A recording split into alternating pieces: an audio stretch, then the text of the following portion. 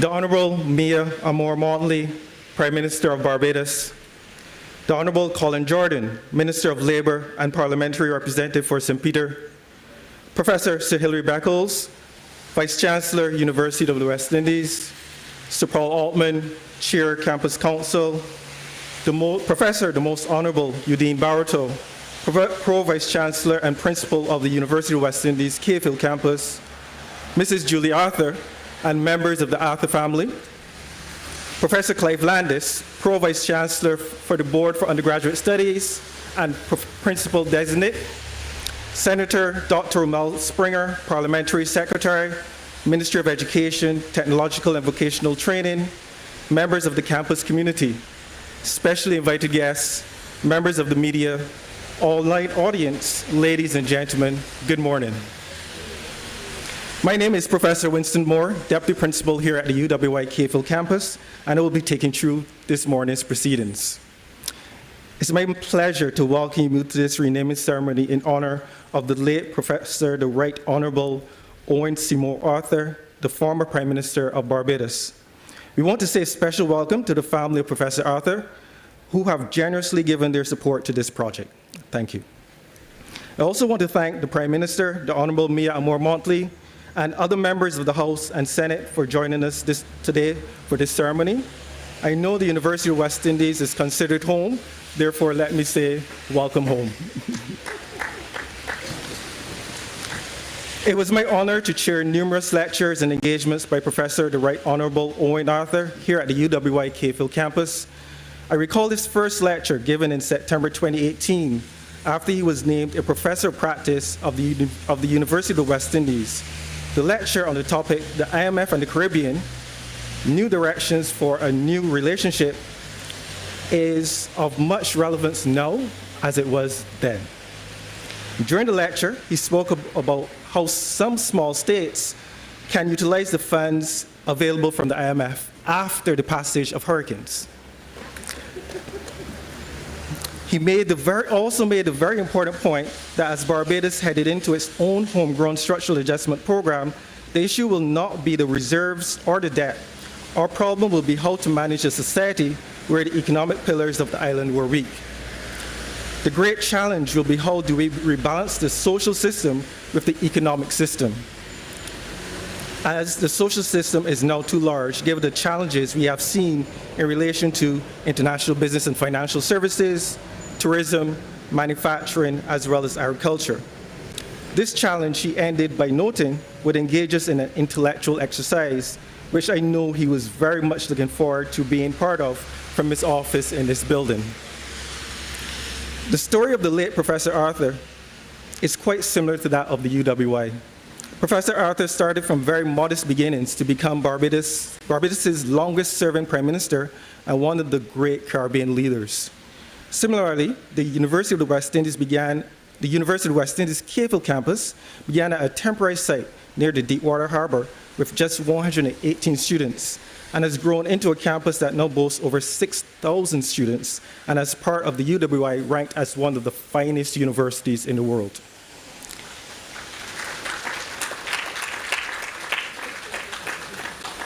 His path was also linked to the University of the West Indies in terms of his education, pursuing a Bachelor of Science degree in Economics and History from the Cayville campus of the University of the West Indies, and then a Master of Science degree in Economics from the Mona campus, also started a great tradition of Caribbean prime ministers and leaders educated by the University of the West Indies.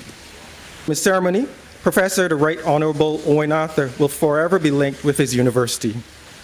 We also honor a man that has served as one of the major forces behind the implementation of the CARICOM single market and economy, and despite his energies in the area of regional integration, he's always had a focus on poverty and the link between the economy and society. He enjoyed teaching. He enjoyed interacting with young scholars. And I'm sure he's smiling at the thought of his name being on this building that will host numerous intellectual discussions in the area of trade, social, and economic development. It's my pleasure now to welcome to the podium our most distinguished and beloved principal, Professor the Most Honorable Udine Barreto, Pro-Vice Chancellor and Principal of the University of West Indies Cayville campus.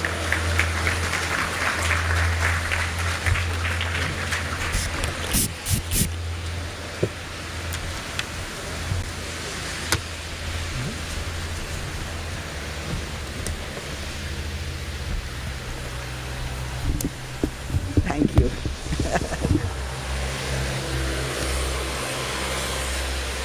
Master of Ceremonies, Professor Winston Moore, who is also the Deputy Principal of the Cayville campus, the Honorable Mia Amor Motley, Prime Minister of Barbados, the Honorable Colin Jordan, Minister of Labor and Parliamentary Representative for St. Peter, Professor Sir Hilary Beckles, Vice Chancellor of the University of the West Indies, Sir Paul Altman, Chair of Campus Council of the Cayville campus, Mrs. Julie Arthur and members of the Arthur family, Senator Dr. Rommel Springer, Parliamentary Secretary, Ministry of Education, Technological and Vocational Training, members of the campus community, specially invited guests, members of the media, our online audience, ladies and gentlemen, good morning and welcome. Today is a glorious day. As perhaps my final public act as Pro-Vice Chancellor and Principal of the Cayville campus, I am truly pleased to participate in a ceremony that honors the life and work of an accomplished Barbadian Prime Minister and Caribbean regionalist, the late Right Honorable Professor Owen Seymour Arthur.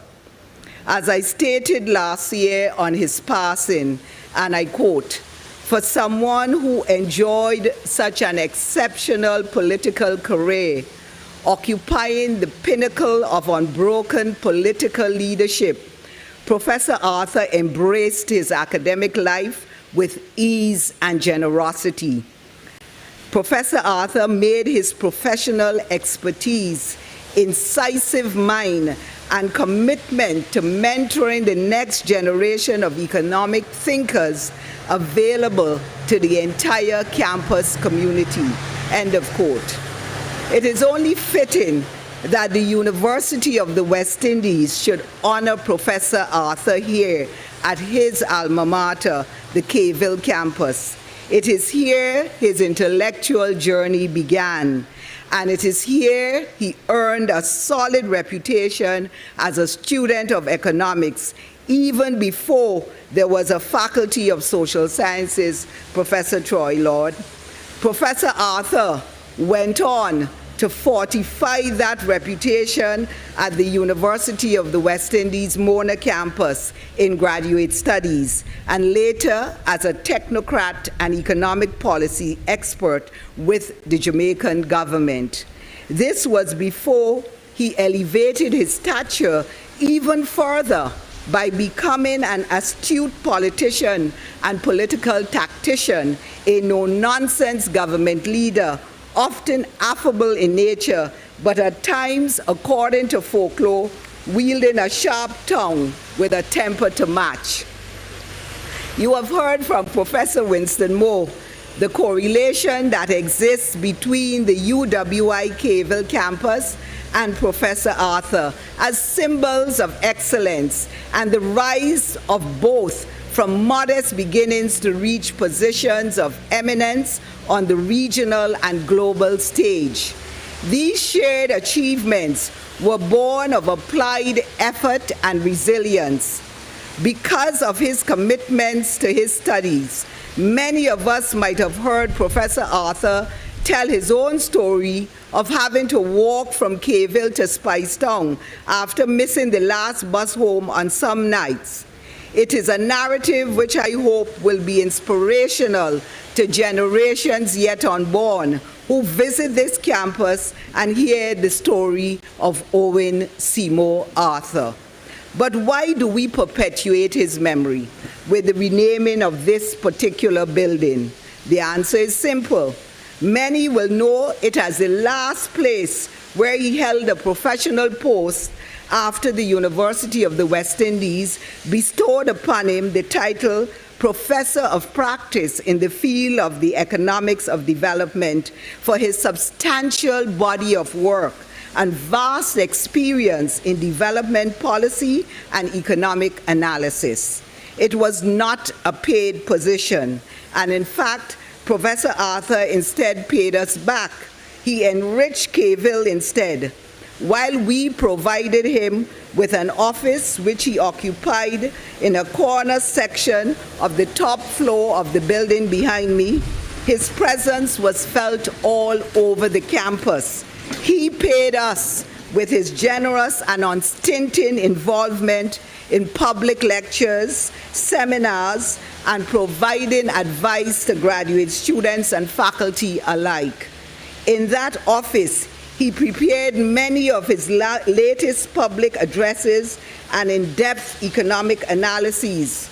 He sat in that block of offices in the midst of several entities which focus on regional research, building better trade policy, generating social and economic knowledge, and constantly debating ideas with fellow researchers on matters Caribbean. His work and campus location providing yet another linkage between the academy and Professor Arthur. He held a passion for research and a love of regionalism, which all who knew him regarded as hallmarks of both his professional and public life. In his deep and abiding respect for Caribbean regionalism, Mr. Arthur held an unmistakable special regard for the Organization of Eastern Caribbean States, no doubt fostered by Barbados's geographic proximity and economic reliance on this subgrouping. His political contemporaries shared that he would often ensure that Barbados's financial contribution to regional organizations were made well in advance of the time that they fell due, thus enabling these institutions some breathing space to conduct their affairs. Stories are told about him spending weeks and even months researching some areas while preparing to write particular speeches. He once told me that before he wrote anything, he read for at least 2 weeks. The thoroughness with which he brought to preparation paid dividends in the quality of his analysis and insights. It was a characteristic deeply admired by many who worked with him. Others whom he taught in a course called Caribbean Economic Problems during his years as an assistant lecturer here at Keyville have similar recollections of his diligence. Some of those students who had no prior or formal grounding in economics spoke not only of his passion for the subject, but the ease and willingness with which he imparted knowledge, providing them with a firm grasp and understanding and appreciation of matters which they had previously no affinity. It is often felt that were he not pulled into politics, a career in academia was his for the taking. Ladies and gentlemen, the UWI Keyville campus will forever be grateful to Professor Arthur for generously gifting over 30 acres of land at the Lazaretto that enabled the campus to expand. And I'm sure when our Vice Chancellor speaks, you will hear more of this from him. That gift allowed graduate students to have their own space and sport at Keyville its own state-of-the-art stadium. Throughout his years as Prime Minister, the university could always count on Professor Arthur. He was a true friend of this campus, which he fervently wished to see positioned at the center, a hub of a university town that would stretch for miles around. One of Professor Arthur's last major acts of generosity to the University of the West Indies occurred when he gifted his very valuable collection of well-documented papers to this campus. Again, his meticulous nature was evident as he himself took great care to ensure that they were properly indexed for ease of access and perusal. The Owen Arthur papers are a welcome addition to a fast-growing special collection at the Keyville campus, which is also the custodian of papers which belong to several other prominent former regional leaders, such as Dame Eugenia Charles of Dominica, our own Dame Nita Barrow, first woman Governor General of Barbados, and many other things, Maurice Bishop of Grenada, and the Right Excellent, His Excellency, the Right Excellent Errol Walton Barrow. The Keyville campus is dedicated to bolstering its growing collection of cabinet and parliamentary papers of Barbadian and Eastern Caribbean prime ministers. And I'm pleased to report that former Prime Minister of Barbados, Mr. Frundle Stewart, has accepted our request to make his papers available to our collection. And I await the response of the estate of our former Prime Minister, Tom Adams, the Right Honorable Tom Adams, to do the same. And I do believe that whenever that time comes, the first woman to be the Prime Minister of Barbados, the Right Honorable Mia Amor Motley, and I hope she sees how my hands are positioned, would gift her papers to the Keyville campus, and we thank her way in advance for this. Join me in thanking her. These contributions will enable the Keyville campus to become a world-renowned repository of research materials for all who wish to study the political and economic development of Barbados and the Eastern Caribbean. Ladies and gentlemen, this campus continues to do sterling work in sustainable development and wishes to position itself as a center of excellence in relation to the green economy, thus demonstrating how we continue to support Professor Arthur's vision through our work. And we are very pleased that our own Deputy Principal, Professor Winston Moore, is a leading proponent of this. For while the former Prime Minister is renowned for his contributions to economic policy and regional integration. One of his most significant achievements that often goes unheralded was his support for and innovations in relation to the green economy. Former Minister of Energy and Environment and now Ambassador Elizabeth Thompson captures this path-breaking work of our former Prime Minister Arthur in her article entitled Breaking New Ground. In this article, she noted that in March 2007, the Right Honorable Owen Arthur presented a comprehensive national green economy policy for Barbados that was, and I quote, designed to integrate green principles into national economic planning, marrying economic growth with environmental management and preservation, end of quote.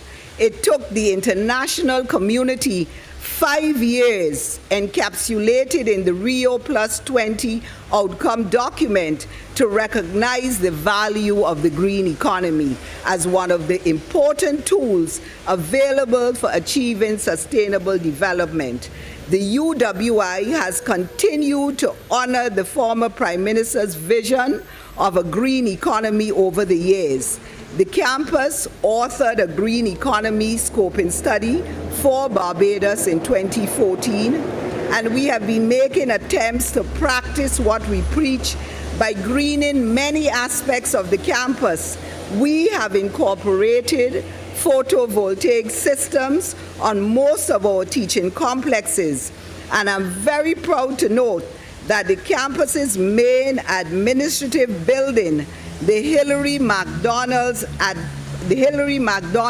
Beckles Administration Complex, which will be the first smart green building at the UWI Keyville campus. And we opened this building last year in the midst of the COVID-19 pandemic, and I'm charging my successor, who I recognize and I hadn't seen him earlier, Professor Clive Landis, a principal designate, welcome, to do the right thing and honor the naming of that building with a nice dignified ceremony, because we could not do it in May last year.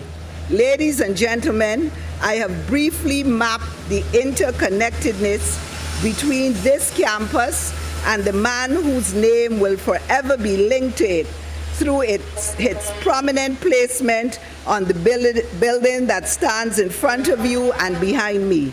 As a regional entity, this university can think of no more fitting symbol of regional unity than to formally connect the memory of someone who breathed regionalism to one of the premier places on campus where researchers dedicate themselves to furthering the quest for regional unity.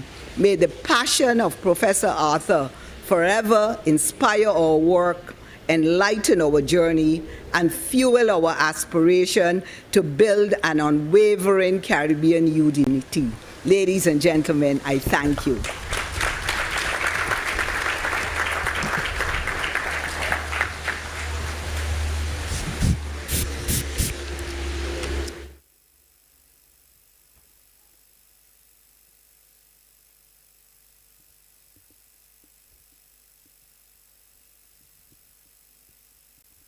Thank you very much, Principal. You know, as an economist, I don't get the opportunity to save anyone's life very regularly, but I think I can do that this morning. Security has just informed me that someone's wedding band has been found outside. So if you do want to make it home safely and you know, enter the house, I would advise you to go to security and pick up your wedding band. And now I think I should deserve an award for that or something like that. Ladies and gentlemen, the next speaker is very closely linked to the Right Honorable Owen Arthur, as he would have led the Keyville campus as principal during the time when Professor Arthur was Prime Minister. And they both shared a common vision of transforming and expanding tertiary education in Barbados. Ladies and gentlemen, it's my pleasure to introduce Professor Sir Hilary Beckles, Vice Chancellor of the University of the West Indies, University of the West Indies.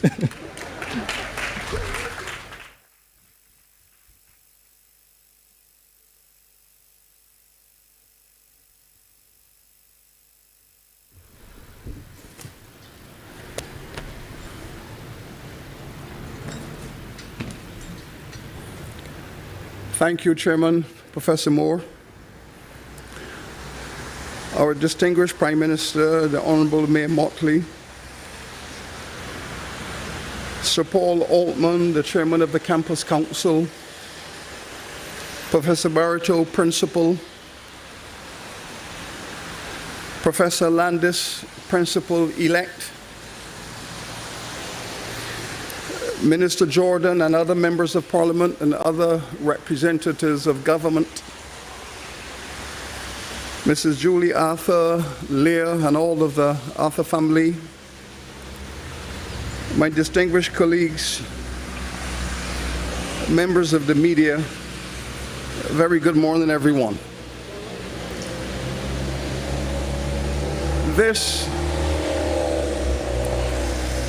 is undoubtedly a very special day. Those of you who are deeply embedded in the spiritual realm would know that these showers are here for a reason. This is a day in which our university expresses gratitude while simultaneously celebrating one of our most distinguished alumni.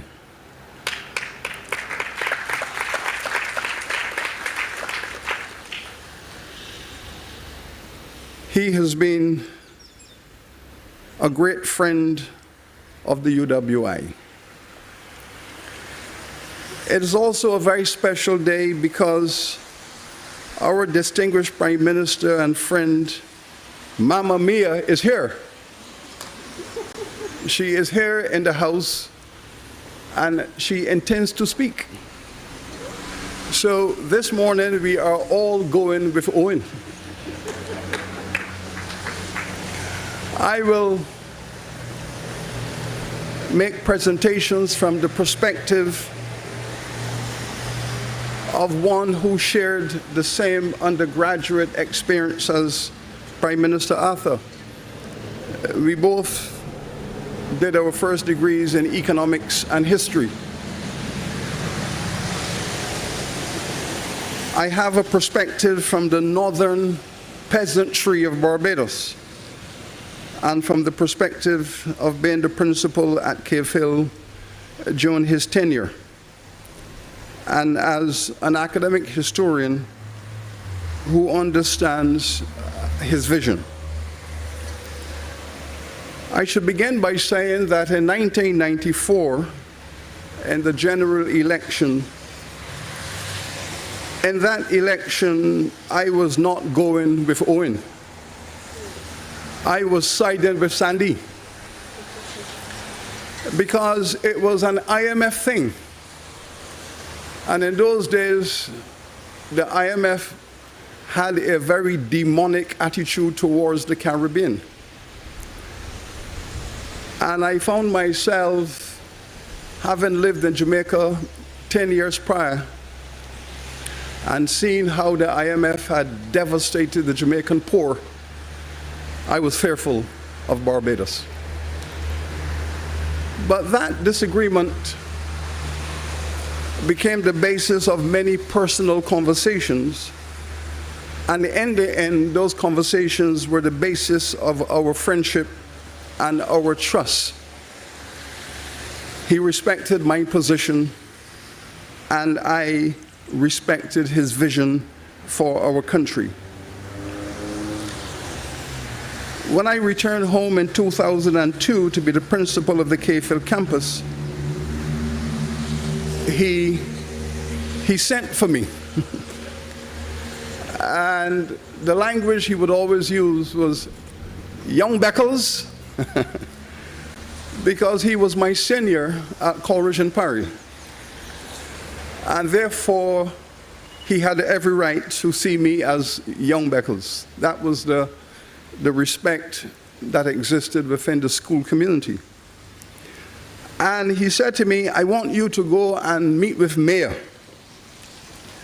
I want the two of you to plan out a vision for Cave campus and for the university in Barbados on the whole. That was the beginning of my professional journey with Mayor.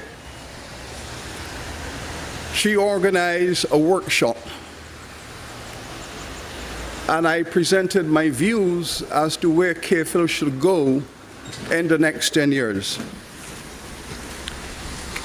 It was in that workshop, organized by the Minister of Education, Mayor Motley, that led us in some deep intellectual conversations about higher education and development to emerge with the vision for the KFL campus, which became popular in our country, that the role of the KFL campus is to produce at least one graduate in every household on this island as part of a human resource revolution, as part of an anti-poverty strategy, as a part of growing the middle class. And may I wish to thank you for that, because you are the co-author of that. And I can tell you a very emotional experience I had driving along the highway and listening to a radio program, a call-in program. And the lady called in and said, Mr. Moderator, I have 3 picnic. The father does not give them no support, but the children are bright. And you don't hear, the professor has a place at KFL for my 3 children.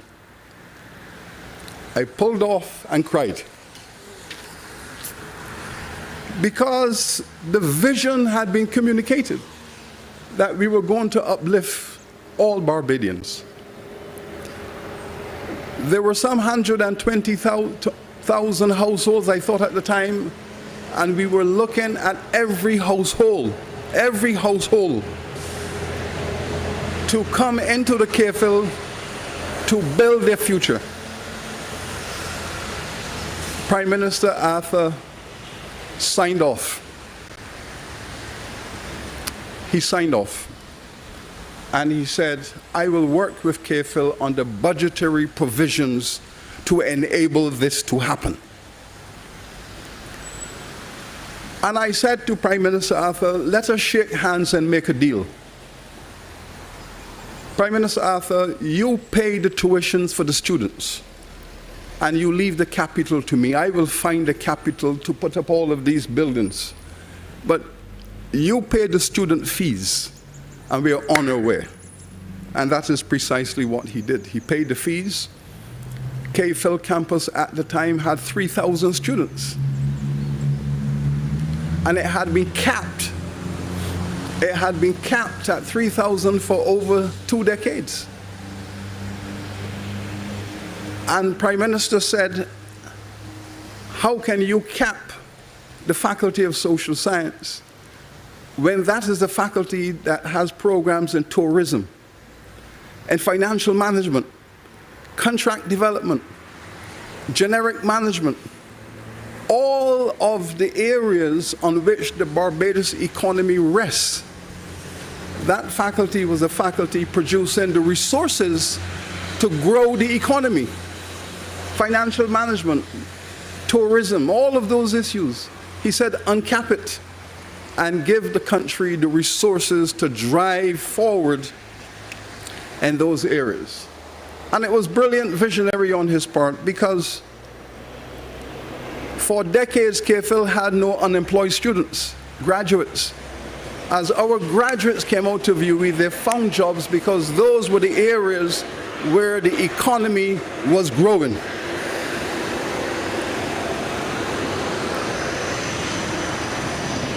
He was very unhappy with the image of Cave Hill as the backwater of UWI. He, of course, studied at Mona and had taught at Mona and was part of the magnificence of the Mona campus. He didn't like the idea that KPhil was out in the margins of the UWI. And he admonished me to bring KPhil to the center of the UWI. KPhil must be wanting for nothing. KPhil must be as good, if not better, than any campus in the UWI. And it gave me tremendous pleasure later on when KPhil was benchmarked and KPhil had reached par with its sister campuses, and in some areas had superseded them.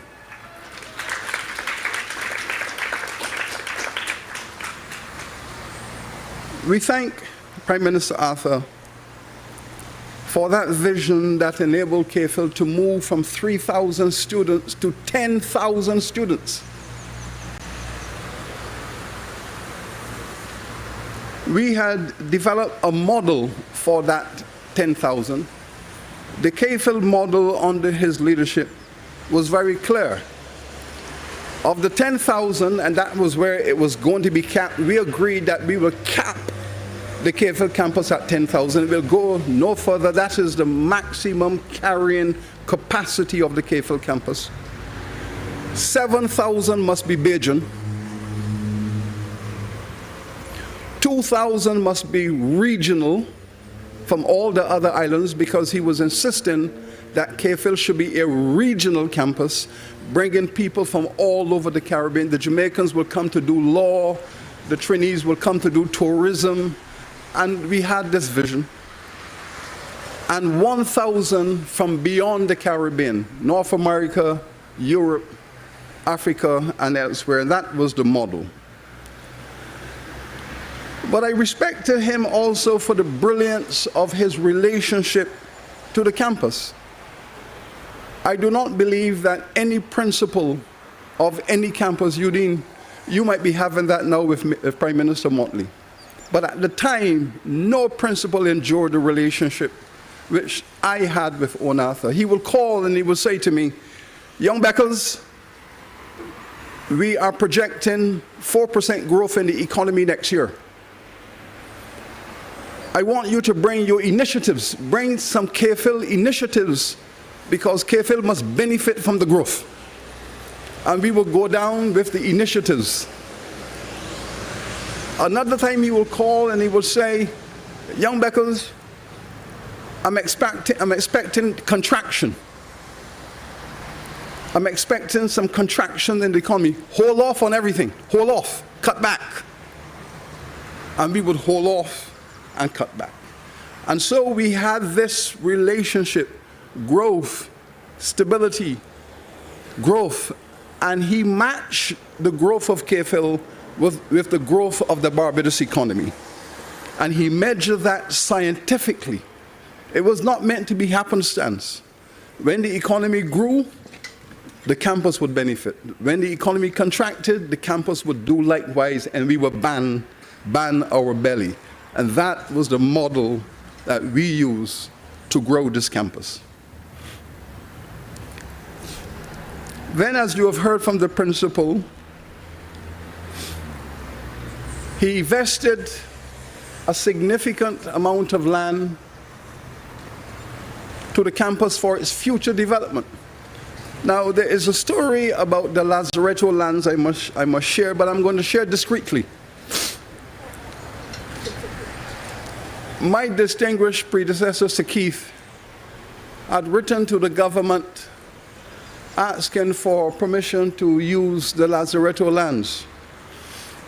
We have a letter on file in which the response came, "The land is valued at so many $1 million. Do you have the money to buy it?" The land is valued at so many million. Do you have the resources to purchase? I shared that with Prime Minister. He said, "Because the land is yours." No, it's yours. I have already sent a notice to the Ministry of Housing to make arrangements.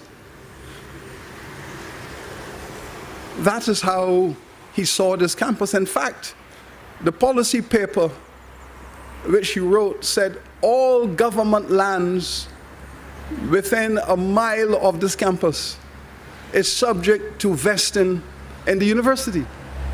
And thus the vesting began in different pieces of land.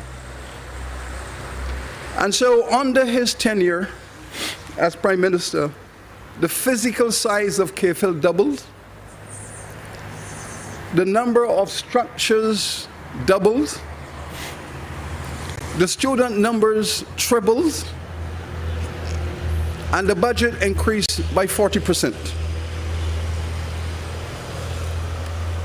The KPhil campus emerged in its modern manifestation out of his commitment and his vision. Even the 3Ws Oval that you see here, the World Cup was coming to the Caribbean in 2007. I went to him and I said, if the World Cup is coming to the Caribbean, the UE must get piece of the action. We have to get piece of the action. You cannot bring all of these teams into Barbados and the university don't get piece of the action. And he agreed. And we started the conception and the design of the 3Ws Oval. And I remember a letter he wrote to the chairman of the ICC, Mr. Dalimar, in India, laying the foundation for a conversation with Mr. Dalimar. And I spoke with him in New Delhi. I went to New Delhi. And I said, well, the father of West Indies cricket, Sir Frank Worrell, is lying here. Sir Frank Worrell laid out this cricket field. He designed this cricket field. Because as you know, at the time when the campus was built, the land which is currently occupied by Queen's College, that was where the playing fields of KPhil were meant to be, at the site of Queen's College. And it was Sir Frank Worrell who said, no, you have to build the field and build the campus around the field so that physical education and intellectual education should go hand in glove in a model. So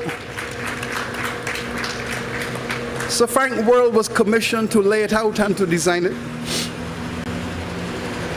And when Mr. Dalimar heard that we had the mortal remains of Sir Frank here, and we were going to honor the 3Ws, the ICC made arrangements for us to go forward with the 3Ws Oval.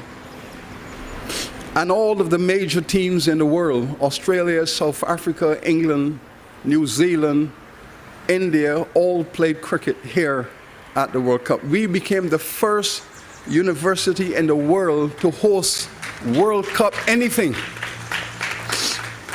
We thank Owen Arthur. And so, when he had demitted office, we made arrangements to give him these facilities.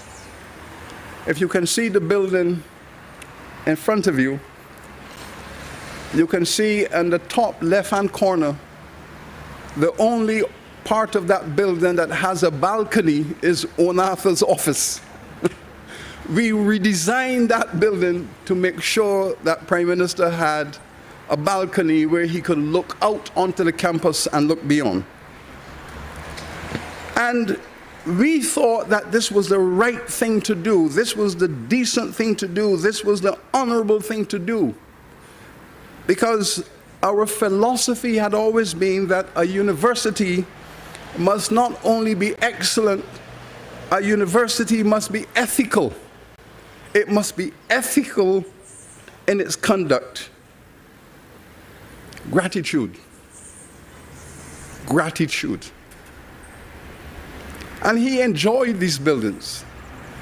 It saddened me that in a subsequent parliamentary conversation, a member of government was able to stand in Parliament and say that Beckles and them are harboring Onatha up there. Harboring.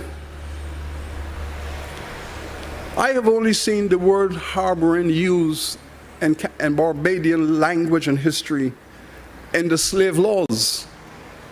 In the slave laws, where any person who was found harboring a runaway would be imprisoned, whipped, or have an arm detached. Harboring. But we were proud that as his alma mater, we were not going to betray his trust and his confidence. We waited until the protocol was appropriate. We met with our distinguished Prime Minister, Mayor Motley, and we worked through the protocol, through the various committees of the campus, through the various committees of the university, because in our university we have something called a naming committee. It's a university-wide committee made up of people from all the campuses, and you have to present the case to that naming committee. So after it has gone through the campus committees, it goes to the UE-wide naming committee, and there has to be agreement by the entire university. We receive unanimous support from the entire UWI to name this building in honor of the late Owen Arthur.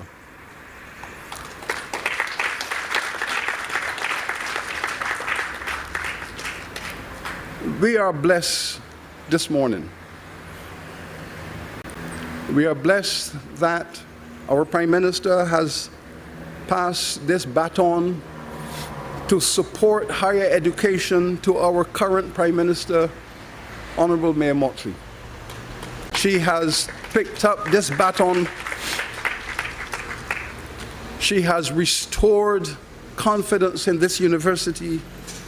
She has restored the budgetary sustainability of this campus, and she has given poor Barbadian children once again something that was taken from them, an opportunity to lift themselves and their family with a higher education. Prime Minister, we thank you.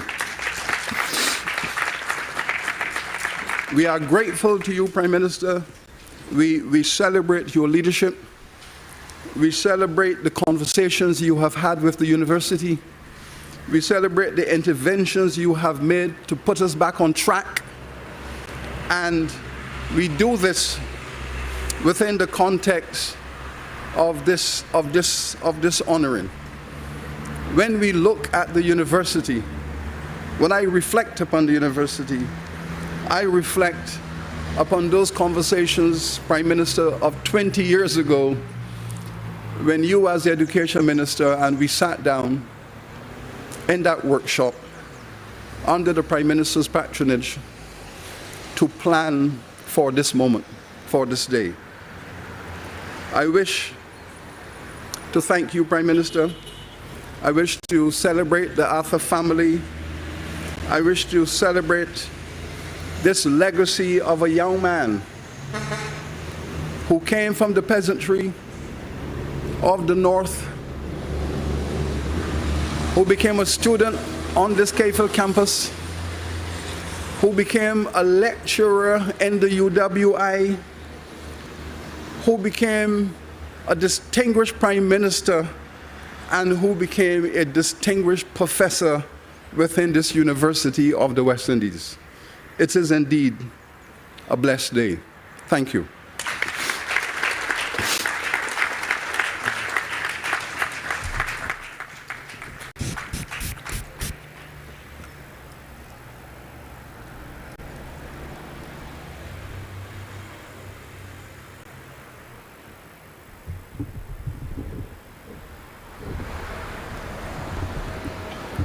Thank you very much, Vice Chancellor.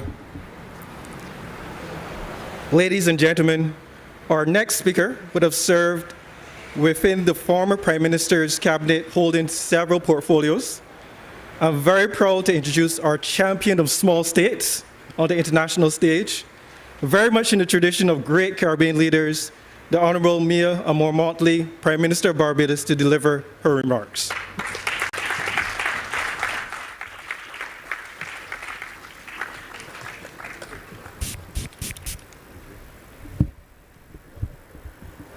Thank you very much. How are you, David?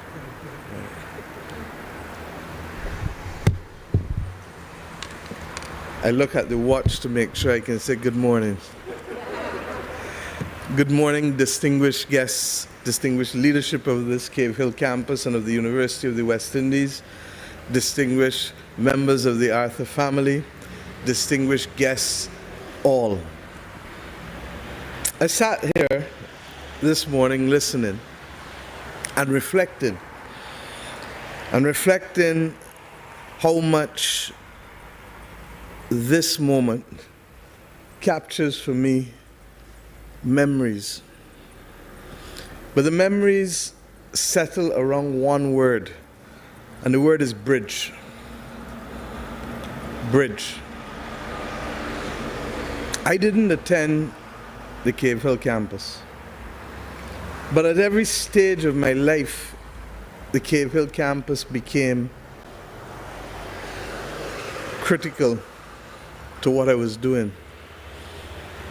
As a young student at Queen's College, the Cave Hill campus was the place that we came to do the summer school to prepare us for CXC exams.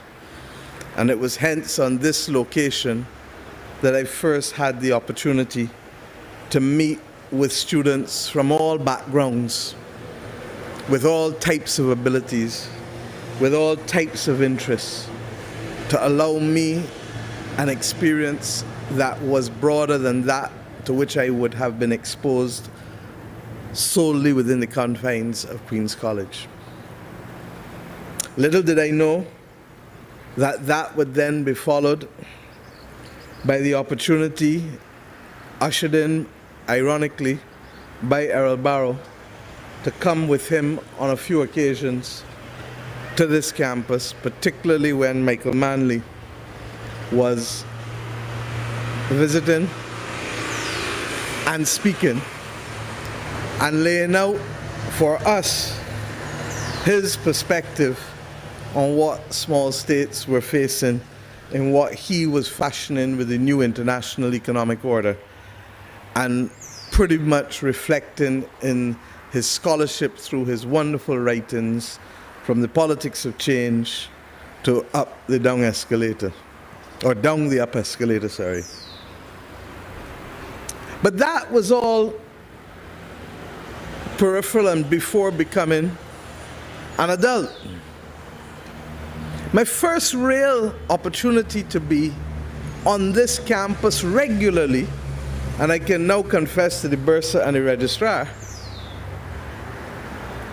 was at the instance of the man who we celebrate today, who insisted that in spite of the fact that I was not registered to be a student at this campus or in this university, that I attend his classes, which I did for a good 3 months without the benefit of having to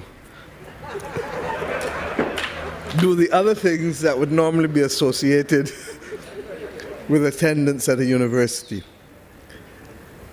And I reflected on it because it was born out of a passion for Caribbean development, a passion for Barbadian development, a passion for knowledge, a passion for service. And it was that bridge that he carried me along, starting first and foremost, not in our work as members of Parliament or members of the Labour Party, but it started first in the pursuit of scholarship and the pursuit of knowledge. And for me, that has always been the bridge that has defined our contribution to public life, because it was intended always to be rooted in how we could settle policy that will allow people to sleep easier each night and allow people to grow each day. As simple as that. There were many routes to get there. There were many things we had to build. But if you don't understand the rudiments of what you're doing, you could end up anywhere and doing anything. And that was the first lesson that I learned from Owen Arthur. The pursuit of excellence and the commitment to task until completion. Now, I could stand here and talk about many things, but I have come to the point, as I have been in public life now for over 32 years, to recognize the absolute critical element for success. And success starts with that commitment to task and that dedication to excellence. It is not only something to be spoken about at high levels, but it is an attitude and an ethic that is required at every level of this society, irrespective of the task that is being performed.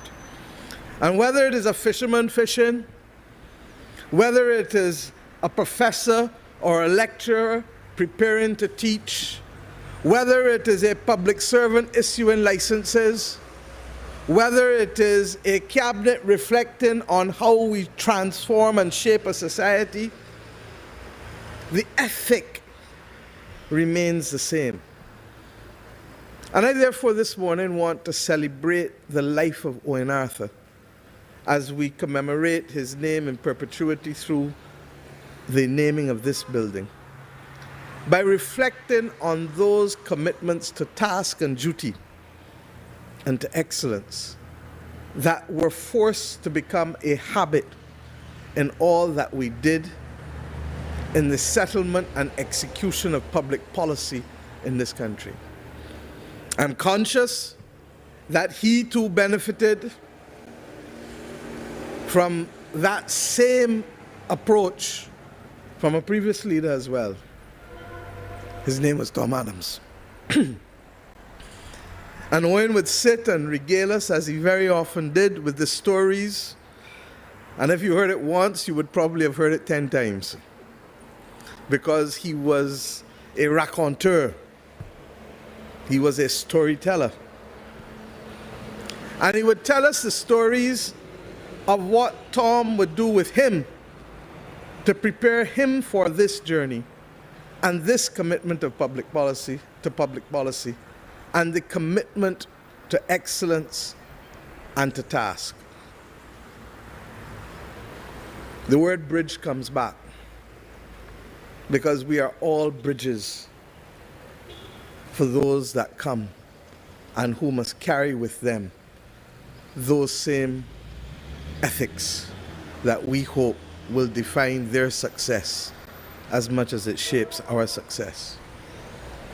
But it is the inspiration not just there. When Owen asked me to be Minister of Education, it was with the clear understanding that one of the first tasks that we would face would be the settlement of the difficulties being faced with the provision of tertiary education in this country. There was a loan from the World Bank, and the condition on that loan was the implementation of fees for students attending the University of the West Indies, the Barbados Community College, and the Samuel Jackman Prescott Polytechnic as it then was. The loan was for $15 million US. It was the last regular loan from the World Bank that the government of Barbados ever had before we then were graduated. And in fact, the loan that we received 2 weeks ago is only the second such loan that we have received under exceptional access in the last 30 years from the World Bank. We took a decision as a cabinet, led strongly by the Prime Minister, as he then was, that we could in no way agree to remove the ladder for success that was necessary to move people out of poverty in this nation through the provision of tertiary education, whether at the Cave Hill campus, at the community college, or at the Polytechnic. It meant my having to speak to the World Bank and to negotiate, and quite frankly, it ended up being one of the easiest tasks that I ever undertook as Minister of Education, because the bank was adamant that it was not they who insisted on that commitment, but that it was the then government who committed to that as one of their commitments when given the choice to determine what were the conditionalities from a policy perspective that you would put in place. That was offered up.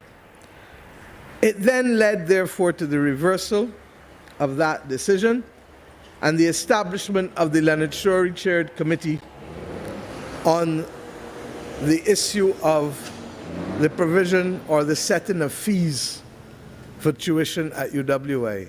I'm sharing this morning because I realize that in our modern history, too little is written and too little is captured. And I hope and pray that part and parcel of all that we are doing will be to change that trajectory where so little is recorded of the public affairs of this nation. I can say to you that your current principal clearly was not only therefore walking by faith just now when she put her hands so, but also an element of sight, because she knows that I would not know how to tell her no with respect to my own papers.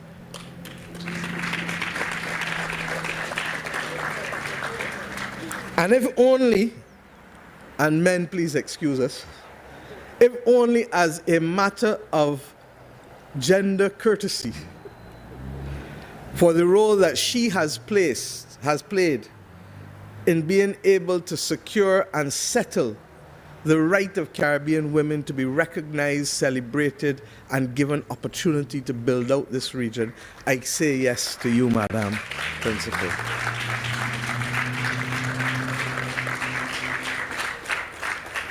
But going back to the point, Dr. Shorey's committee eventually reported and recommended that the government of Barbados should pay 50% of the tuition fees of the students, and the student should pay 50%.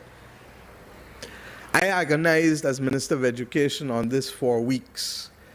There was no doubt that we were recovering from the difficulties of the early 1990s and the economy had not yet settled. And I went to OWEN and I said, Skipper, this is what Dr. Shorey has reported. But I must tell you that it does not sit well with my gut. And I really, really don't want to be the Minister of Education that will have to tell people that they've got to pay 50% fees. I do not want to be associated with that. And he said to me, and I don't want to be the Prime Minister associated with it too. And he did his shoulders in the way that we all know that he would do his shoulders when he told me that. And the rest was history. We went to Cabinet, and the Cabinet agreed that the government of Barbados would order its affairs on the principle of shared responsibility and shared burden, with the understanding that the prosperity must equally be shared when the time comes. I've told you this because this is the bridge that I crossed over to reach to 2018, to make the decision for the second time.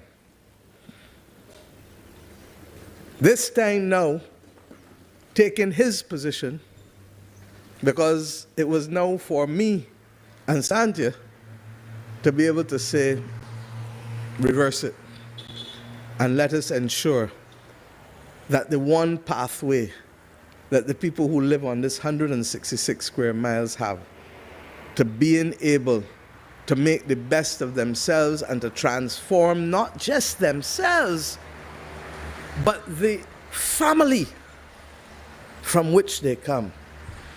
That must never be blocked, and that it must become part and parcel of the essence of who we are as a nation, that we accept the responsibility towards each other. And I've always said that a country that has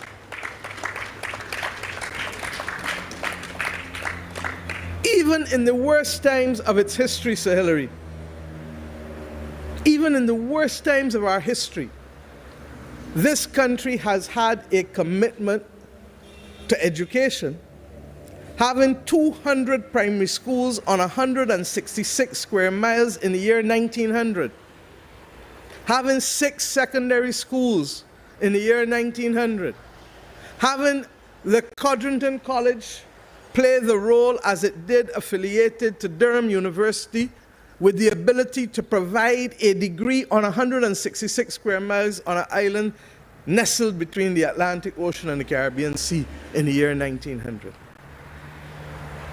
And there's no doubt that there were many horrific and horrendous aspects of our early settlement that may and should be appropriately be contextualized now as we deal with the issue of reparations.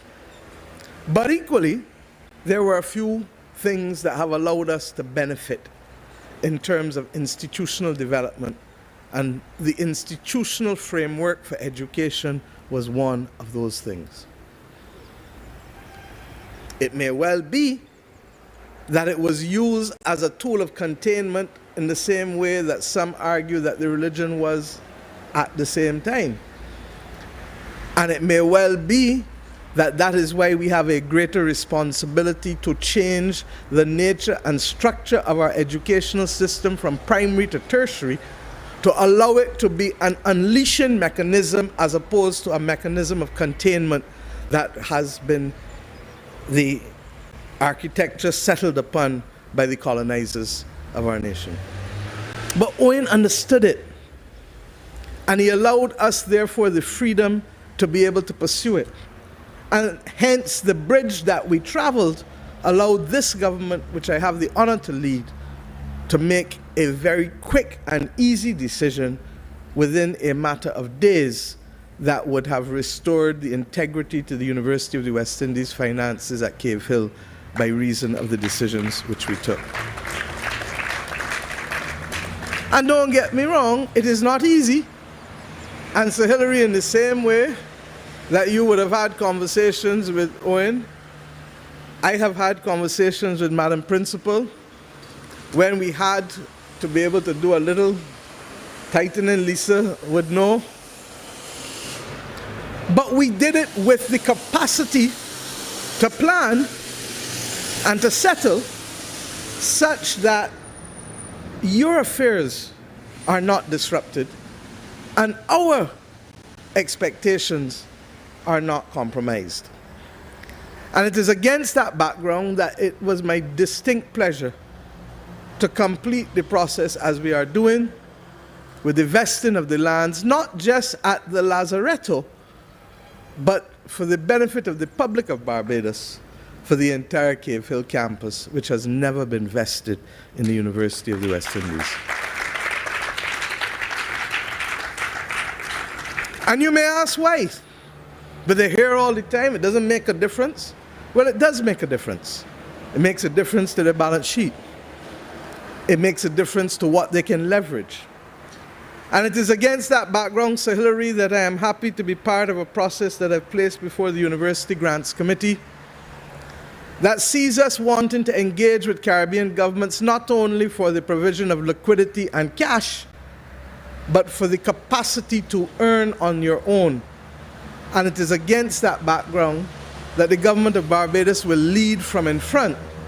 And we have indicated that for the University of the West Indies and for the regional institutions with which we are associated or members of, that the government of Barbados will create this appropriate special purpose vehicles to allow those institutions to share, one, in 5% of the renewable energy commitments of the government of Barbados, so that the university and CARICOM and its institutions, on a 50-50 basis, 50% to the UWI and 50% to CARICOM and the other institutions, will share in that 5% quota for licenses for the provision of renewable energy in Barbados, for you to have a stream of income and revenue to stabilize you as you go forward.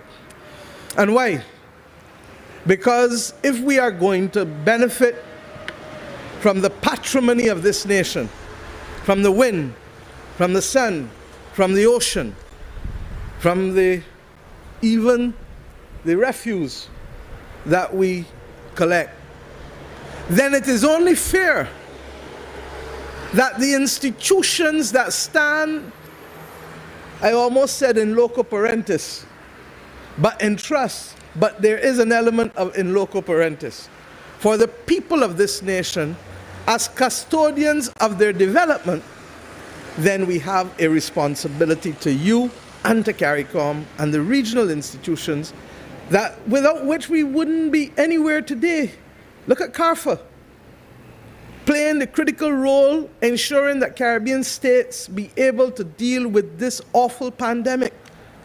Look at the RSS, ensuring daily that they're moving samples up and down so that especially those countries in the Eastern Caribbean can manage their public health affairs and the individual health and well-being of their citizens by reason of these institutions. But it isn't only there that we stop.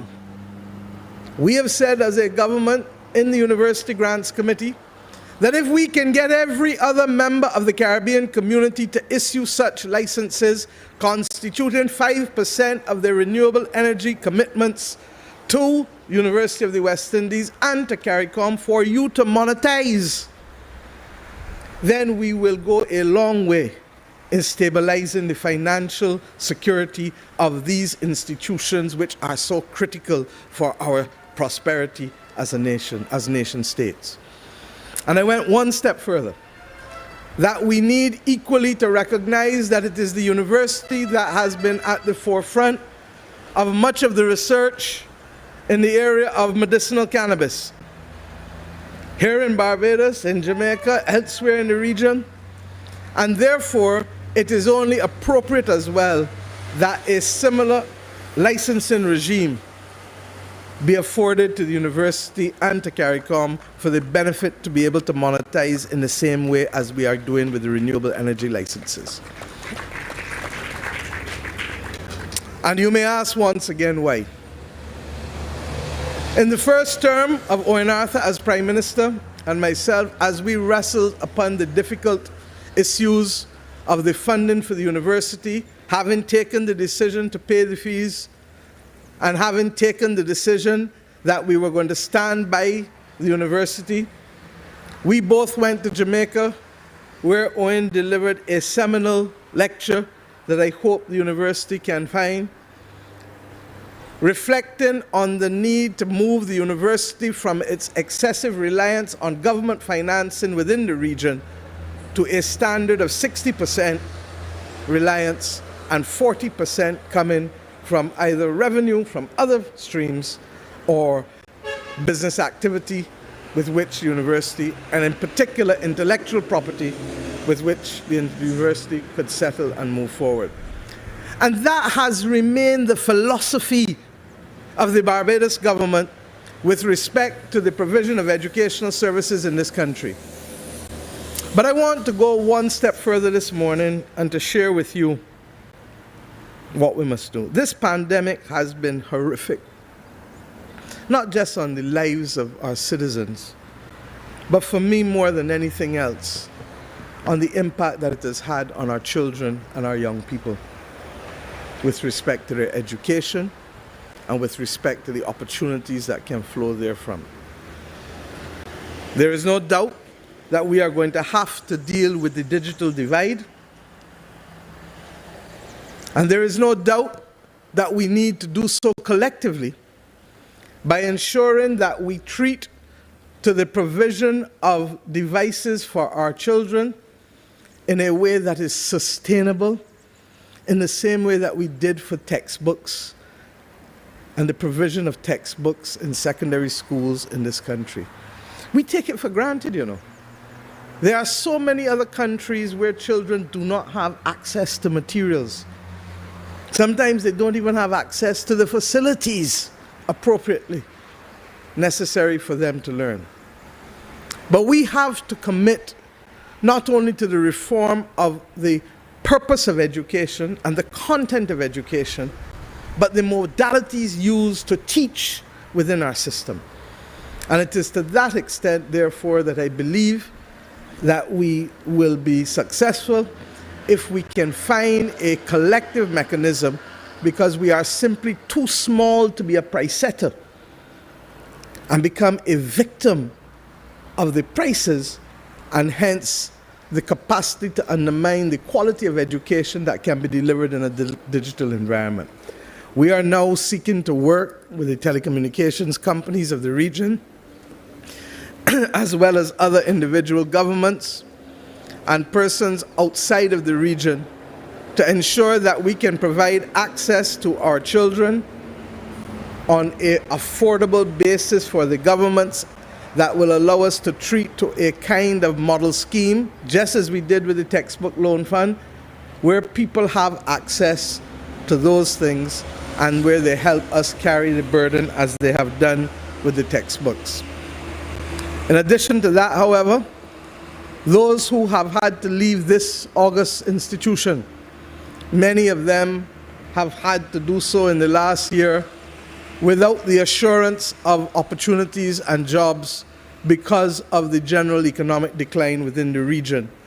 And what we must not allow to happen is to allow our best to flounder and to literally find themselves at a difficult point in determining whether it is this region that they will build, or whether, like those who had to go before, they will go outside of this region in order to sustain themselves.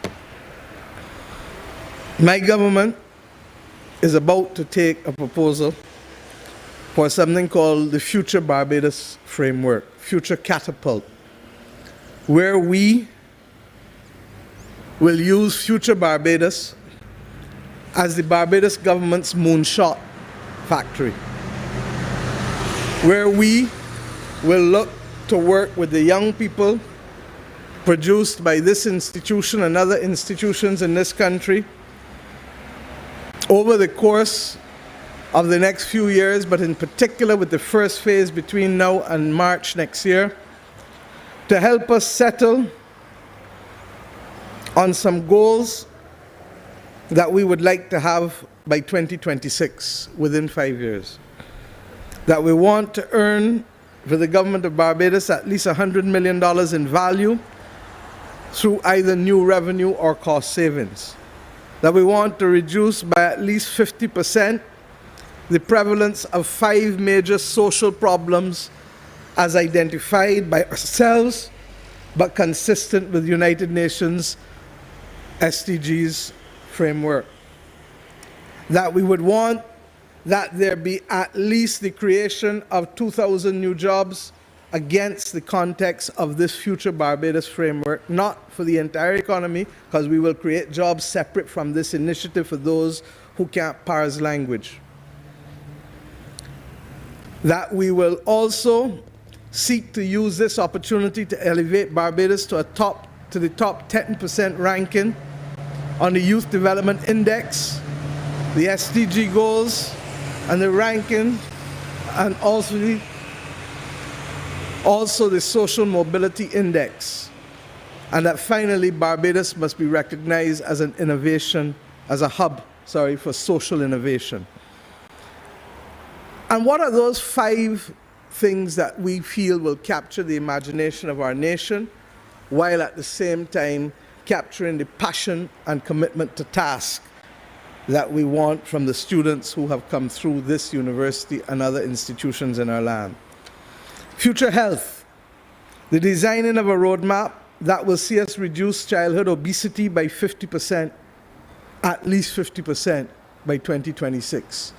It is a problem that is marring too many of our families, scarring too many of our families, inhibiting what they can achieve, because we all know that childhood obesity leads to too many other difficulties with chronic NCDs. 2, that we develop systems, strategies, and campaigns to reduce plastic pollution, carbon emissions, and waste production. Well, yesterday I set out what Barbados's nationally determined conditions are as we play our role as one of the nation states of this world that recognizes that if we do not change what we do and how we do it, that within 11 years, the 1.5 to survive will be nothing but a fleeting illusion, in the words of Bob Marley. 3, that we will seek, through the use of digital technologies, to reduce youth unemployment by 50% by 2026. 4th, that we will use in our educational system, formally and non-formal education, to ensure that every Barbadian student and every Barbadian who, not being a student, like me, who wants to learn a second language can do so by 2026. And that finally, that we also develop these partnership systems, curriculum, and technologies simply to reduce crime and to reduce violence in our landscape, whether that be verbal or physical. I've set out these 5 objectives within the context of Future Barbados, and I've chosen to share it with you this morning ahead of going to Cabinet, because in a very real sense, the passion for this moment has come as a result of the bridge that I have walked upon, that Owen Arthur and others laid for us. And I trust and pray that this Future Barbados framework will be such a bridge, Leah, for you and Isabella. Don't get tapped, I went to Isabella. But I want the generation point.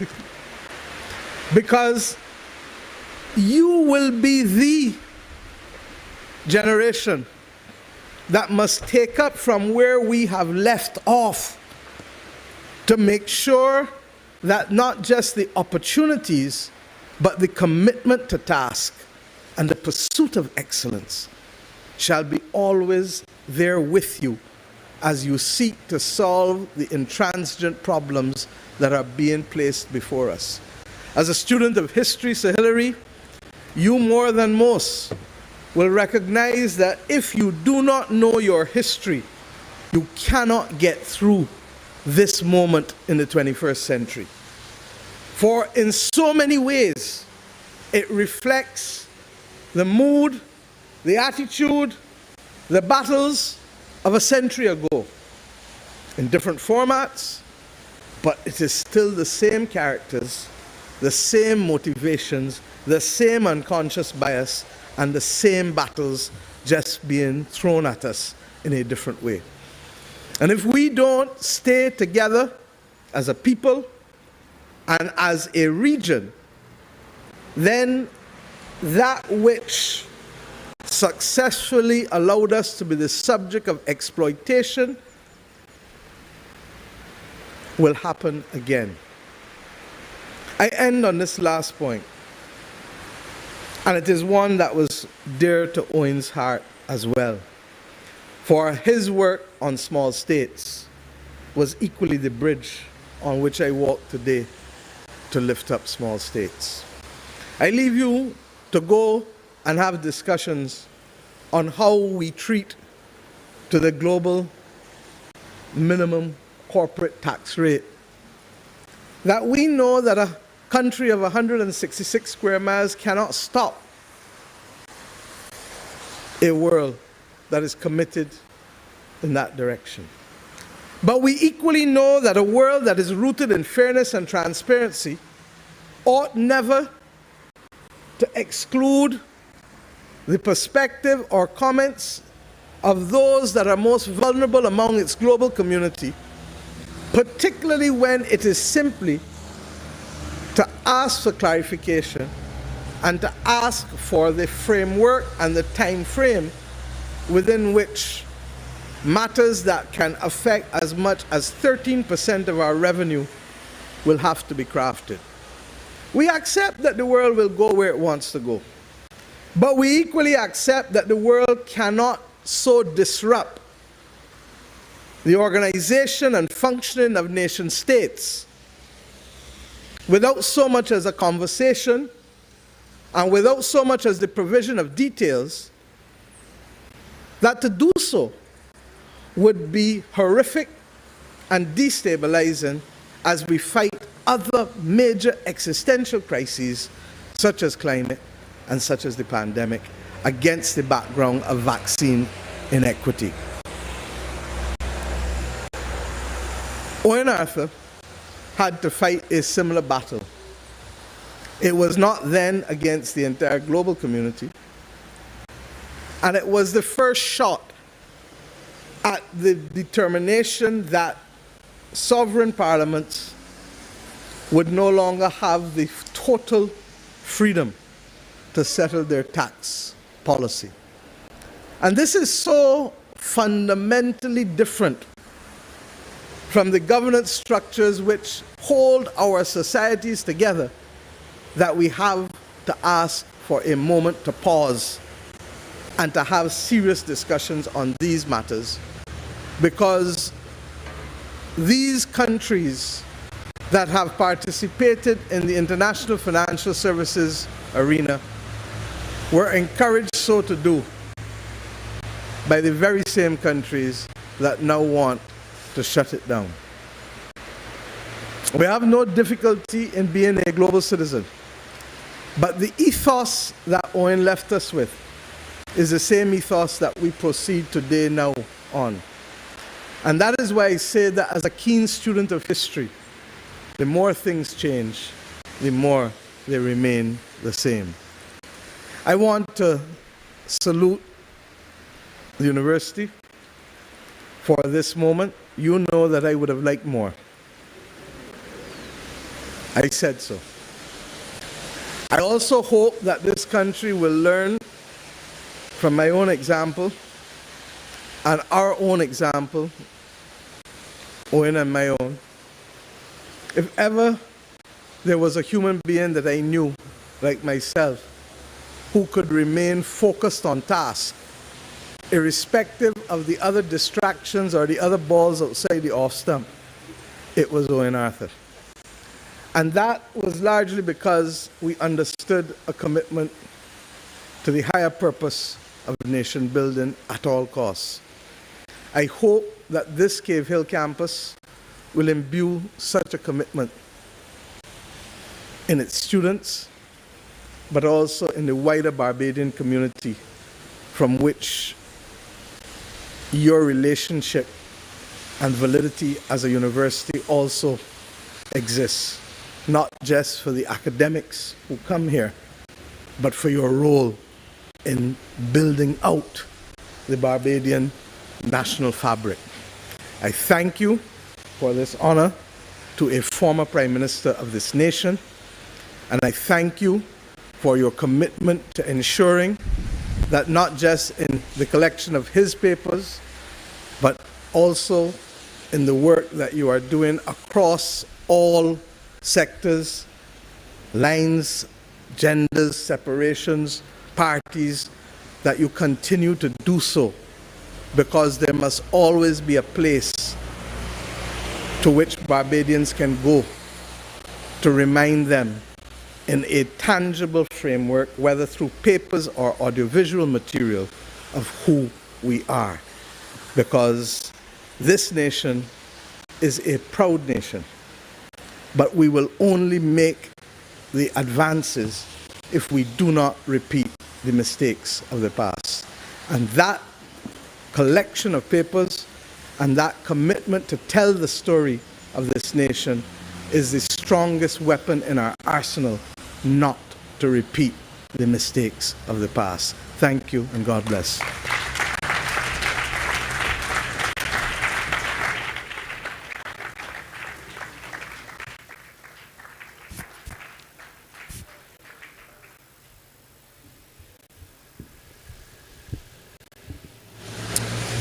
Thank you very much, Prime Minister. Now, there's one group of individuals here this morning that we have to say thank you very much to. We want to say thank you very much to the family of Professor Arthur for first sharing him with Barbados, and secondly, sharing him with the University of the West Indies. I was the head of the Department of Economics when he was named Professor of Practice, and the late Prime Minister would just relish in speaking to our students in the department. We'll have to tell the students, just give him a little bit, because he can go on the entire night. And that was the type of individual that he was. He just loved speaking to our students. Now, on behalf of Professor Arthur's family, we have a recent first-class honors graduate, Miss Leah Arthur, to provide remarks.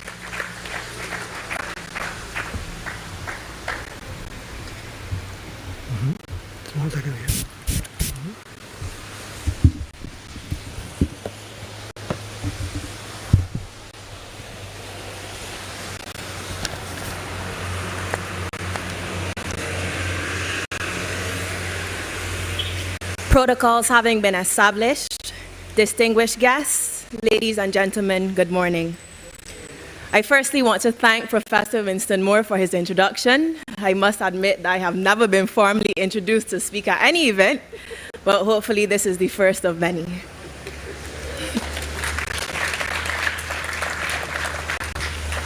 It is a great honor to stand before you today, not only as a representative of my family, but to speak on behalf of my late father, Professor the Right Honorable OWEN Arthur. My father's passion for education and the doors it could open knew no bounds.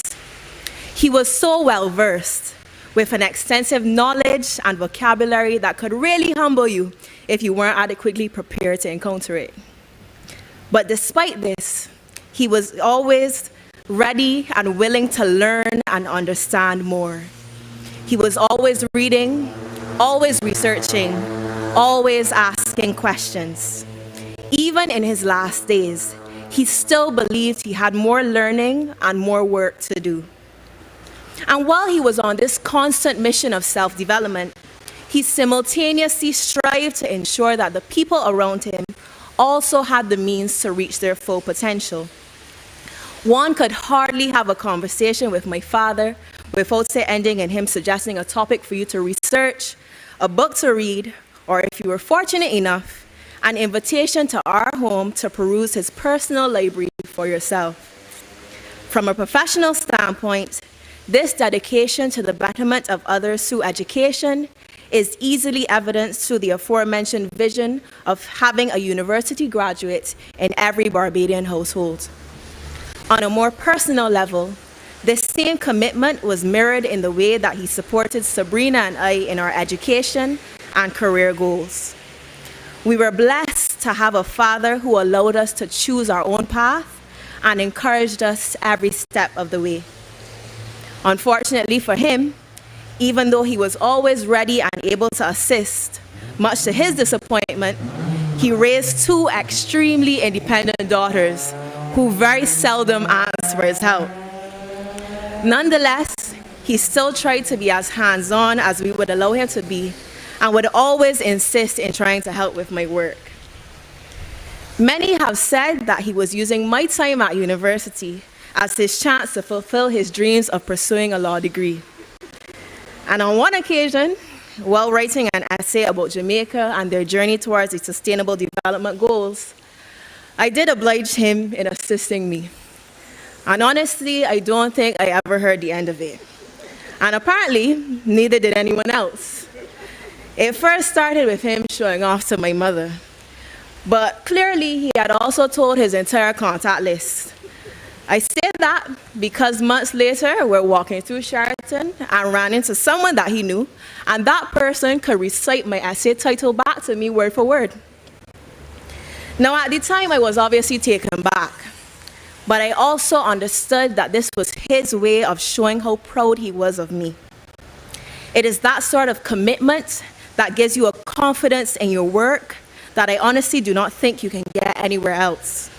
It meant so much to know that even with the 5-hour time difference between England and Barbados, on those late nights when I was struggling to complete my assignments, my father was only a call away if I needed him. Those ideals he constantly preached of going for the gold and facing it and fixing it are principles that Sabrina and I, as his children, had to live by. They are the reason for Sabrina's unmatched work ethic. She has excelled academically, professionally, and in sports as well, with more trophies and awards than I could even begin to count. I don't know anyone more hardworking than my sister. They are also the reason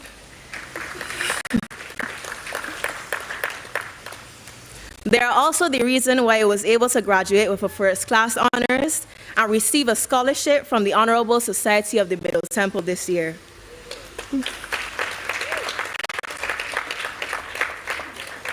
We have always had family in our corner cheering us on. I urge all parents here today to adopt that mentality towards their children's education. This renaming ceremony is an event that my father was sorely looking forward to. Anytime we drove down UE Hill, he'd beam when he talked about how his children, grandchildren, and great-grands will be able to pass and remember him and his achievements. He was humbled by this move to honor his hard work. He was proud to have become a professor at the University of the West Indies. This pride stemmed from the fact that he believed it was not just about the education you received, but it was about the way you used your expertise to give back to the people and places that molded you into the person you'd become. This was an attitude that fueled his dedication to St. Peter, to Barbados, and to the wider region. He was a real man of the people.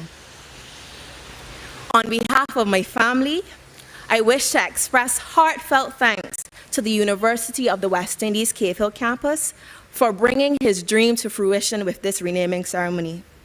I hope that the permanence of his name in such a prominent place serves as a constant reminder to us all to strive for excellence, to defy the odds, and to never forget where you came from. I thank you.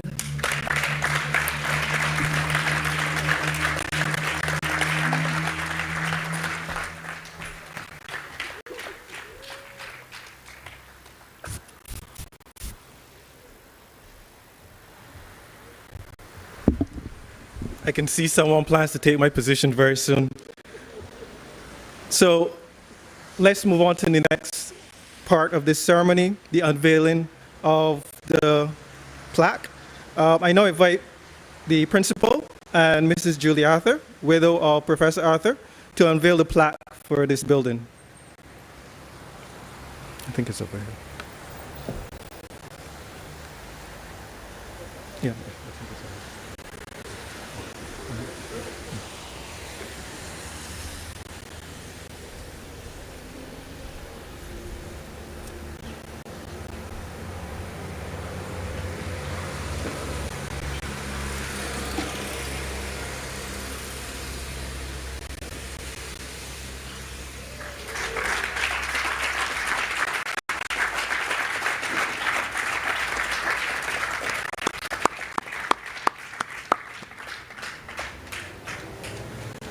Great. Thanks.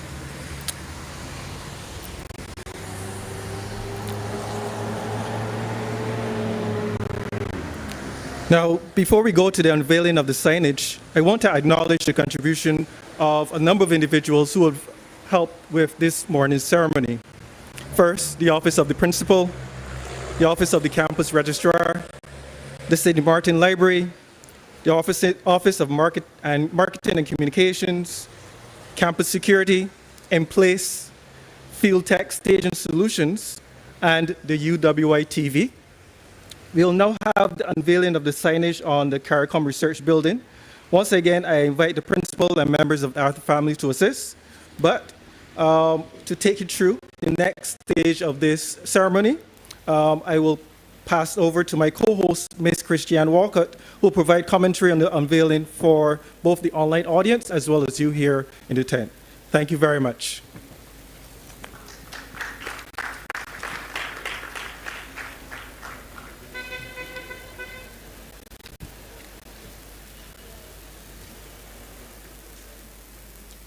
Thank you, Deputy Principal Professor Winston Moore, for chairing this morning's proceedings. Could we have a hand for the chairman, please?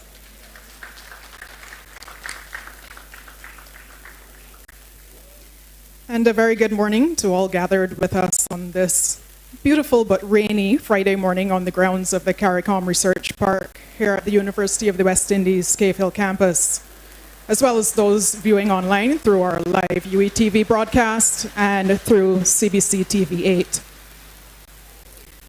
At this time, a small contingent of the platform party has been invited to make its way from our location to the main entrance of the building, where the official signage will be unveiled.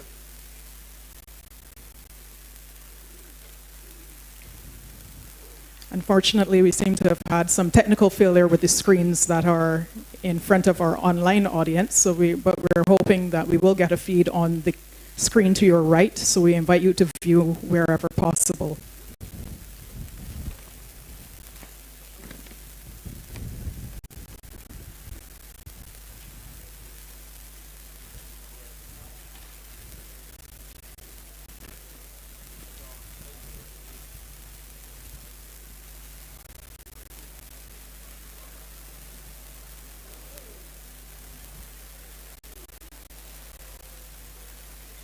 Among the party are the Honourable Mia Moore-Motley, QC MP, Prime Minister of Barbados, the Honourable Colin Jordan, Minister of Labour, Social Partnership Relations and the Third Sector, and also the immediate and incumbent successor to Professor Arthur as the Barbados Labour Party parliamentary representative for the parish of St. Peter. Representing the University of the West Indies are Sir Hilary Beckles, Vice Chancellor, Sir Paul Altman, Chairman of the Cave Hill Campus Council, Professor the Most Honourable Violet U.D. Barreto, Pro-Vice Chancellor and Principal,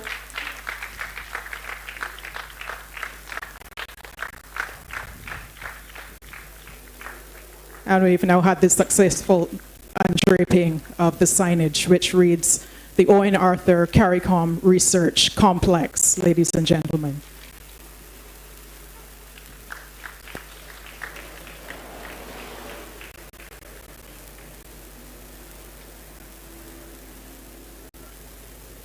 Also part of the party are Mrs. Julie Arthur, widow of Professor Arthur.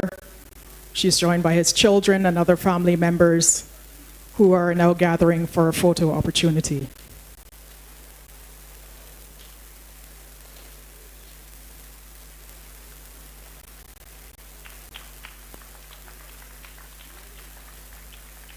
And this is indeed a proud moment in the life of the Cave Hill campus, and certainly for the departments and personnel who occupy office space within this building.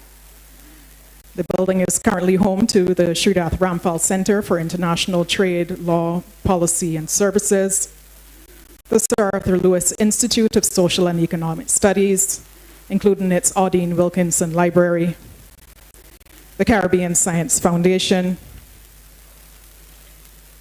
the Quality Assurance Unit of the UE Open Campus, the Office of the Pro-Vice Chancellor for Undergraduate Studies, and additionally the Cave Hill Campus Credit Union, among other offices.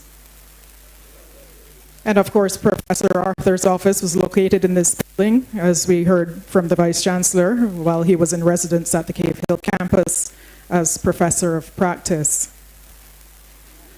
So there's a tremendous legacy of research, scholarship, and excellence embodied in this building, and it is only fitting that we bestow upon it this distinguished titular honor.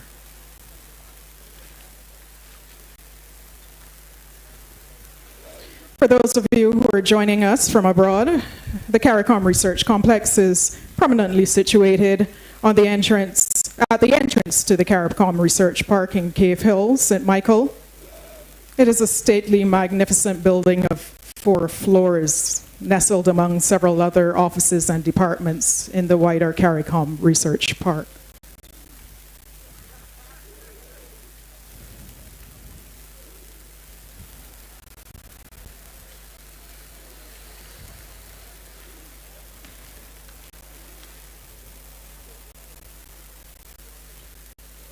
We're happy that we've been able to have a brief reprieve in the rains for the ceremony to continue.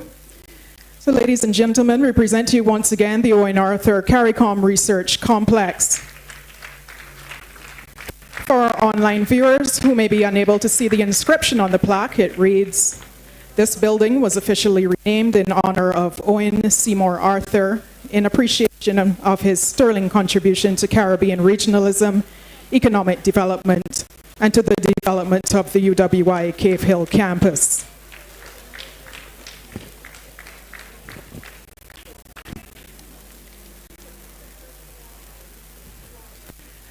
For our UETV audience and our CBC audience, this now brings us to the end of our broadcast. However, before we close the live stream, we take this opportunity to inform you that the University of the West Indies Cave Hill campus continues to honor the outstanding legacy of our former Professor of Practice and exceptional statesman, the Right Honourable Owen Seymour Arthur. The Sridath Ramphal Centre for International Trade, Law, Policy and Services is pleased to announce the inaugural Distinguished Owen S. Arthur Memorial Lecture on Monday, July 19th at 6 p.m. AST, which is also 6 p.m. Eastern Time or Eastern Caribbean Time.